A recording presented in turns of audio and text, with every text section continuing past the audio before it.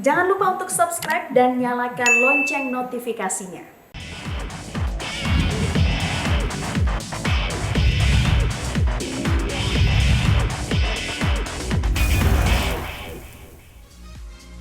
Halo pemirsa dimanapun Anda berada, kita berjumpa lagi di Soccer Time. Bersama saya Valentinus Reza, dan ini adalah satu-satunya program yang khusus membahas soal sepak bola.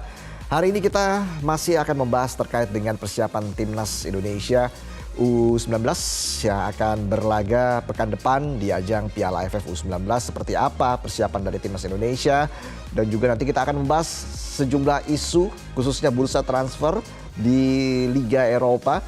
Menarik kalau kita membahas terkait dengan persaingan duo Milan musim depan akan seperti apa. Bursa transfernya itu akan menjadi highlight kita di hari ini. Saya hari ini akan ditemani oleh dua pengamat sepak bola tentunya. Ada Firzi Idris dan juga Dwi Widiatmiko. Apa kabar Firzi, Bung Wiwit? Baik. Sehat? Oke, kita juga akan tersambung dengan media officer PSSI ya, Bandung Saputro. Mungkin nanti kita akan coba kontak lagi karena saat ini kami belum bisa menerima sambungan telepon dari Bandung Saputro.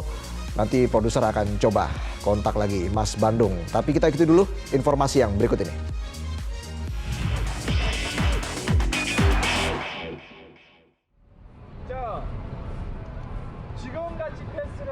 Pelatih Timnas Indonesia U19 Sinteyong terus menggeber skuad Garuda Nusantara dalam rangka persiapan turnamen Piala AFF U19 yang akan berlangsung pada 2 Juli mendatang. Sebagai tuan rumah, tentu beban yang dipikul oleh pelatih asal Korea Selatan sangat berat. Apalagi ini akan menjadi turnamen resmi perdana Sinteyong bersama Timnas U19. Tentu ini menjadi ajang pembuktian bagi Taeyong. Pasalnya laga Piala AFF U19 ini akan sangat penting dalam persiapan Indonesia menuju Piala Dunia U20 tahun depan. Selain itu, sejumlah nama pemain yang ada di skuad Timnas U19 ini adalah nama-nama yang merupakan proyeksi untuk skuad Timnas Indonesia di Piala Dunia U20 mendatang. Timnas Indonesia U19 tergabung di grup A bersama Myanmar, Vietnam, Thailand, Brunei Darussalam, dan Filipina, di mana dua tim teratas masing-masing grup akan lolos ke babak semifinal. Ini juga menjadi ujian berat bagi Taeyong lantaran turnamen Piala AFF U19 2022 bakal menguras tenaga Garuda Nusantara yang harus memainkan 5 laga di fase grup dalam waktu singkat pada 2 hingga 15 Juli atau bertarung setiap 2 hari sekali. Sementara PSSI melakukan kunjungan ke Stadion Patriot Candrabaga, Kota Bekasi, Jawa Barat.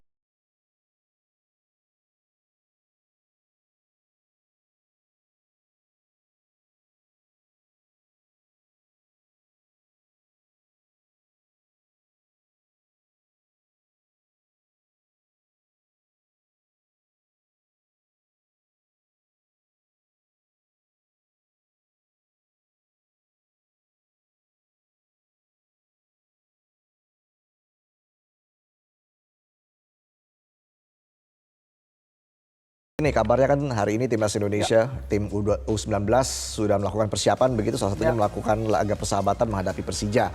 Nanti hasilnya mungkin Mas Bandung ya yang bisa menjelaskan hasilnya. Tapi kalau kita lihat persiapan sejauh ini seperti apa nih, Firzi? Iya, persiapan kalau Coach Shin mengatakan bahwa tim ini sedikit perlu dipoles lagi secara fisik. Dipoles lagi ya? Karena setelah mereka balik dari Toulon turnamen kemarin, di mana mereka sebenarnya mencatatkan hasil yang lumayan bagus ya. Mereka menang lawan Ghana walaupun kalah lawan Meksiko dan Venezuela.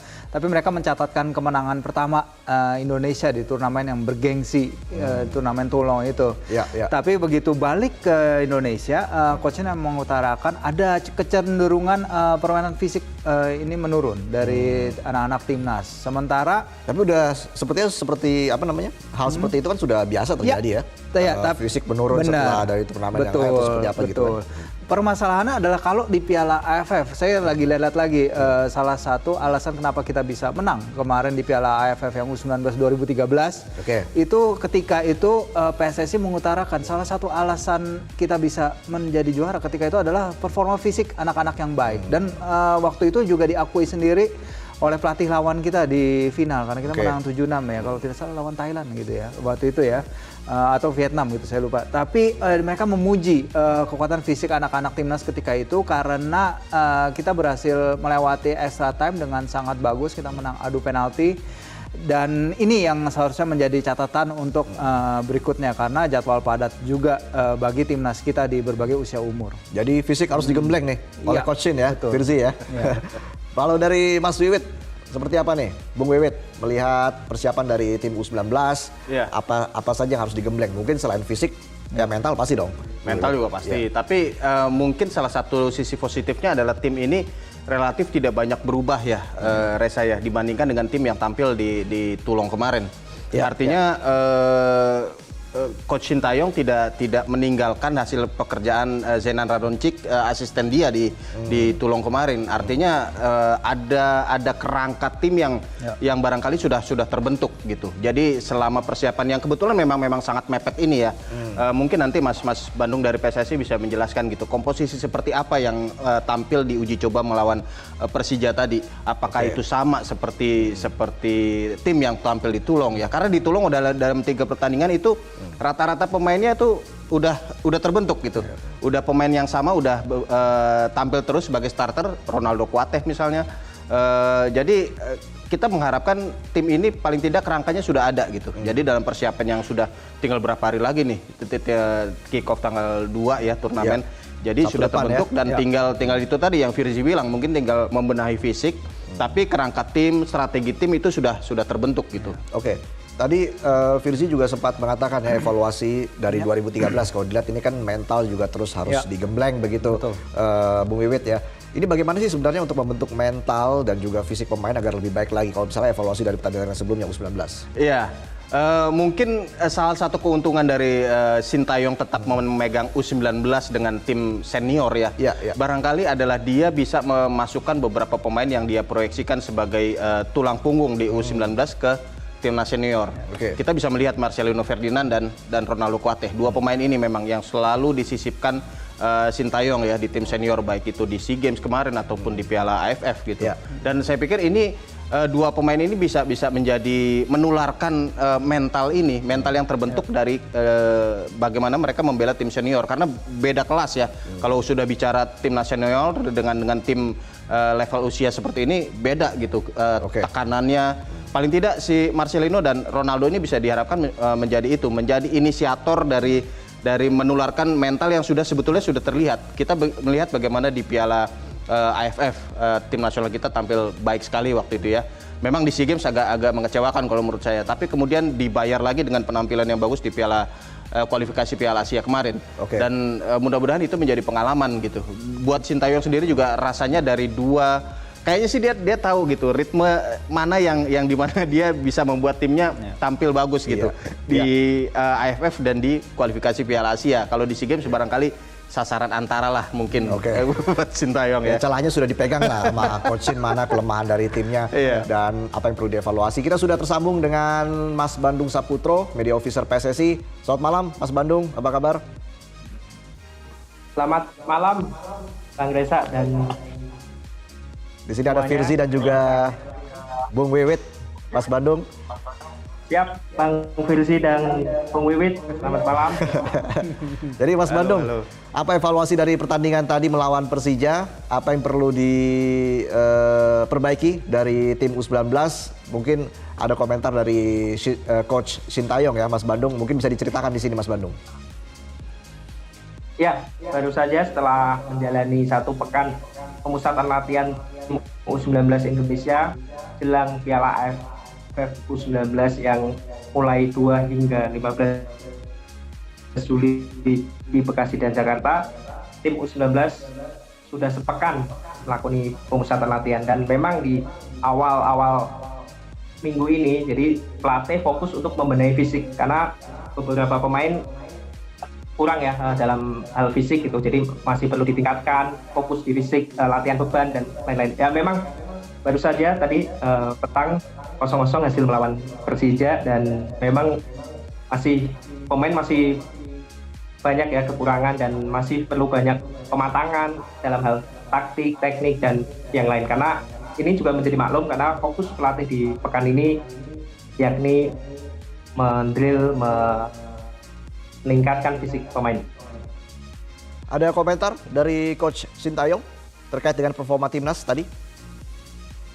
Ya, Coach Shin juga memaklumi gitu dengan hasil dan performa pemain. Tapi meski begitu, dia menjadi maklum ya karena pekan ini hanya fokus di latihan fisik. Namun dimulai pekan depan sudah mulai taktikal, teknik, strategi bagaimana menghadapi lawan-lawan terutama di grup A, dan Coach Shin menganggap tim Thailand dan Vietnam salah satu kekuatan yang pasti bisa menyulitkan tim Indonesia.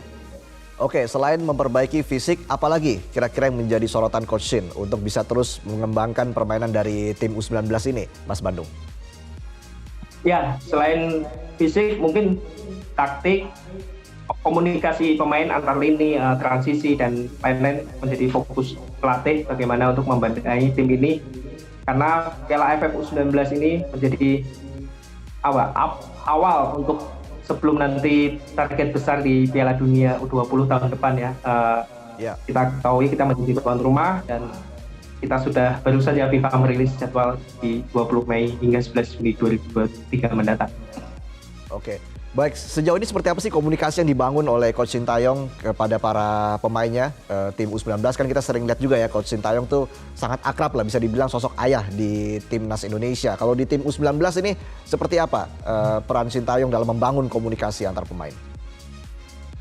Ya, Coach Shin ya sangat intens ya dengan pemain, tidak hanya di lapangan, di luar lapangan juga saling komunikasi bagaimana pendekatan terhadap pemain gitu. Jadi tidak hanya melulu soal teknik, taktik, fisik gitu, dia juga berbicara dengan pemain terutama bagaimana tim ini mau bermain seperti apa, strategi seperti apa, tim ini punya target apa, dan itu selalu dibangun oleh tim pelatih. Baik, nanti kita juga masih berbincang dengan Mas Bandung dan juga Firzi dan Bung Wiwit, tapi kita jeda dulu, kami masih akan kembali saat lagi, tetaplah di Soccer Time.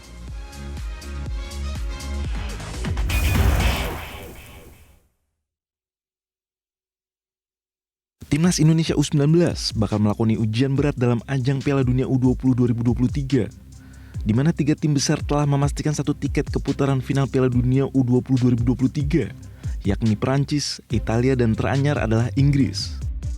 Timnas Inggris U19 mengunci 1 tiket ke Piala Dunia U20 2023 setelah lolos ke semifinal Piala Eropa U19 2022. Hanya 4 tim yang mampu lolos secara otomatis setelah melaju hingga semifinal Piala Eropa U19 2022. Tim kontestan Piala Dunia U20 2023 sendiri baru akan diketahui di awal tahun 2023, mengingat masih berlangsungnya kualifikasi zona Asia, Afrika, dan Amerika Selatan. Ketiganya baru akan digelar pada Januari 2023, sedangkan zona Oseania, CONCACAF, dan Eropa serentak digelar tahun 2022, dan masing-masing bakal mengirim 4 tim dan 2 slot tersisa ditempati wakil Oseania. Nantinya Piala Dunia U20 2023 dijadwalkan berlangsung di Indonesia pada September hingga Oktober tahun depan. Baik, kita berbincang lagi dengan Mas Bandung Saputro, Media Officer PSSI. Mas Bandung, masih bisa mendengar saya?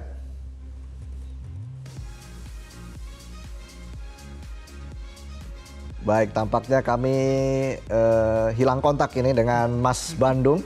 Mungkin karena sinyal juga. Sudah muncul. Ya, Mas Bandung. Masih bisa mendengar saya, Mas Bandung? Iya, masih bisa mendengar.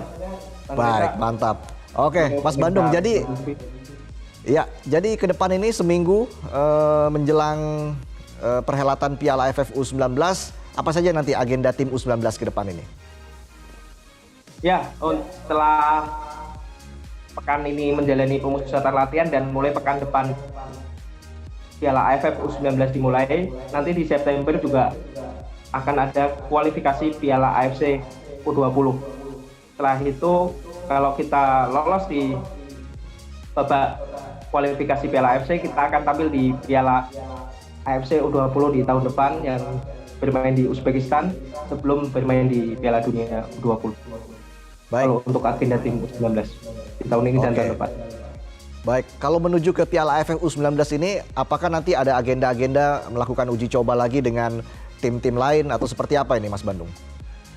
Ya, setelah lawan Persija petang tadi direncanakan pada Senin depan di Stadion Patriot, tim U19 akan menjalani uji coba melawan Bayangkara sebelum melakoni laga perdana melawan Vietnam tanggal 2 Juli mendatang.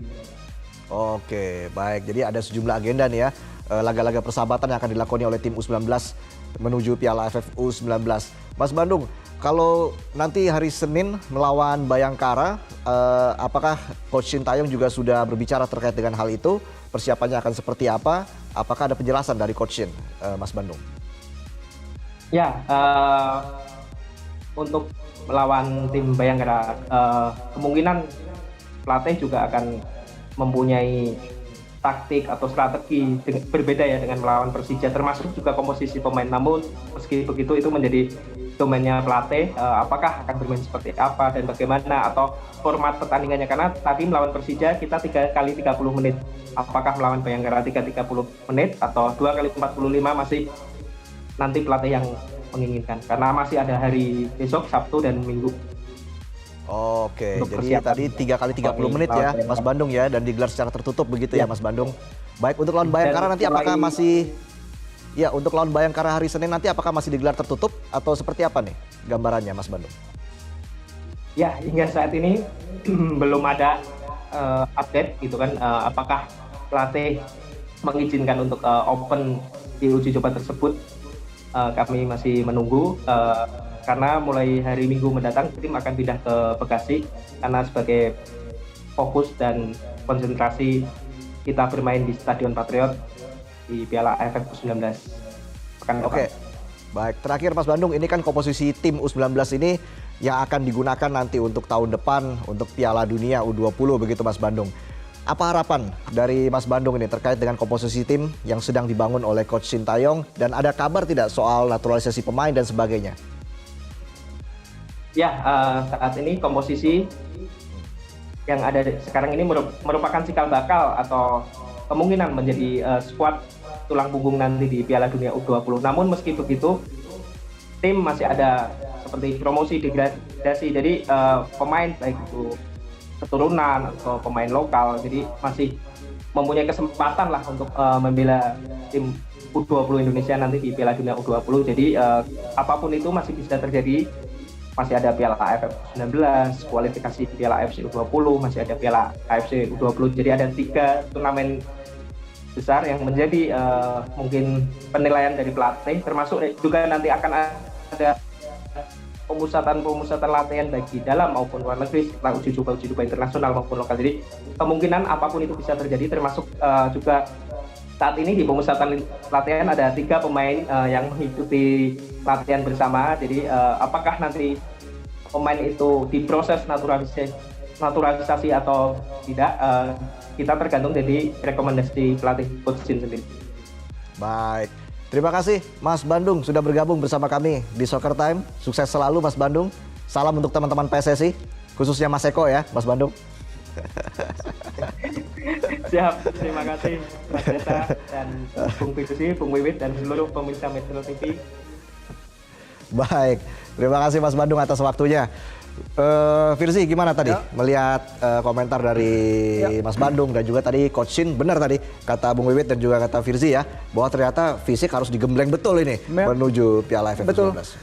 Jadi memang bukan rahasia lagi ya apa yang kita lakukan, oleh timnas lakukan, U19 lakukan antara sekarang dan sampai tahun depan, emang tujuan akhirnya adalah Piala Dunia U20. Kalau secara level Asia Tenggara, saya sih yakin sama timnas kita gitu. Kita ya walaupun peringkat ketiga secara beruntun ya, dari Piala AFF U19 2017 sampai 2019 kemarin. Tapi 2019 tuh kita nyetak 28 gol dari 7 laga. Kita hanya sekali dan kalah sekali, itu lawan Malaysia di semifinal. Kita menang 7-1 lawan Filipina, 6-1 lawan Brunei, 4-0 lawan Timor Leste. Perebutan tempat ketiga kita menang 5-0 lawan Myanmar. Artinya dalam level umur U19 di region ini kita kuat. Kita nggak perlu takut. Kita bisa bicara banyak. Problemnya adalah kalau kita ketemu lawan-lawan yang dari benua lain. Kayak kemarin tuh 3 pertandingan di lawan Venezuela, lawan Ghana, lawan Meksiko. Saya kan nonton 3-3-nya. Emang balik ke masalah klasik. Secara fisik tuh emang kita kalah jauh. Yang kita nggak kalah jauh itu cuma hanya ketika melawan para pemain Ghana. Melawan para pemain Ghana tuh kita imbang. Tapi lawan pemain-pemain Amerika Latin itu emang fisiknya masih jauh, disparity-nya gitu. Dan itu nggak bisa kita apa-apain menjelang Piala Dunia U20 nanti. Kecuali kita melakukan setup pertahanan yang rapat dengan jarak antar lini yang nggak terlalu jauh. Itu yang kadang terlihat, kadang enggak di kemarin di Tolong. Walaupun kita build up permainannya bagus, kadang operan pendek. Ini sama kayak di Tolong 2017 sebenarnya, bagus kita bisa melakukan itu. Cuman ya kita lihat lagi. Saya juga lihat kemarin itu hasil-hasil tim-tim yang bisa kita katakan sedikit yang paling belakang lah di Piala Dunia U20 sebelumnya. Di Piala Dunia U20 2019 Tahiti sama Honduras itu dua tim yang paling banyak kalah. Jadi 3 kali kekalahan mereka. Tahiti itu kalah 3 laga, agregat gol mereka 0-14. Sementara Honduras 3 kali kalah, agregat gol 0-19. jadi target utama PSSI pasti sekarang adalah untuk menjadikan kita at least nggak seperti lumbung gol. Apalagi nanti turnamen kan diadakan kita sebagai tuan rumah gitu, nggak mungkin kita masuk pot 1 kan, kita main pot 1 nggak mungkin kalau kita menderita kekalahan 0-19 seperti ini. Target utamanya adalah itu aja dulu, bagaimana membuat tim ini kompetitif di level dunia, Asia. Nanti kalau mereka lolos AFC Cup itu tadi, dan juga bagaimana bertarung di level yang dunia. Karena lawannya tadi yang udah lolos kan nggak main-main. Betul. Dan Bung Wiwit, apa tanggapannya tadi Bung Wiwit dari komentar Mas Bandung tadi bahwa lawan Persija tadi 0-0, yang dicari mungkin bukan menang atau kalah ya sebenarnya dicari lebih ke mental lebih diasah lagi, fisik lebih diasah lagi. Tapi bagaimana melihat hasil 0-0 tadi? Iya, betul sekali Res. Kalau menurut saya memang hasil tidak menjadi sesuatu yang krusial gitu dalam persiapan ini ya. Ya format pertandingannya aja tadi deh 3 kali 30 menit itu jelas dimodifikasi untuk membuat para pemain lebih nyaman ya, karena ya seperti yang Firzi bilang tadi, kita sudah bahas tadi, fisik para pemain ini masih belum sempurna gitu. Makanya format pertandingannya 3 kali 30, ada banyak jedanya sehingga pemain bisa lebih nyaman gitu bermain. Dan mudah-mudahan sih nanti di uji coba berikutnya di hari Senin nanti mungkin sudah bisa 2 kali 45. Mutlak sih, saya setuju dengan Firzi bahwa fisik itu mutlak harus diperlukan, apalagi nanti kalau sudah bicara ke Piala Dunia ya. Kita mungkin kalah postur dari sebagian besar tim nanti yang akan bertamu ke Indonesia. Dari segi teknik juga barangkali kita juga sedikit ada di bawah mereka gitu.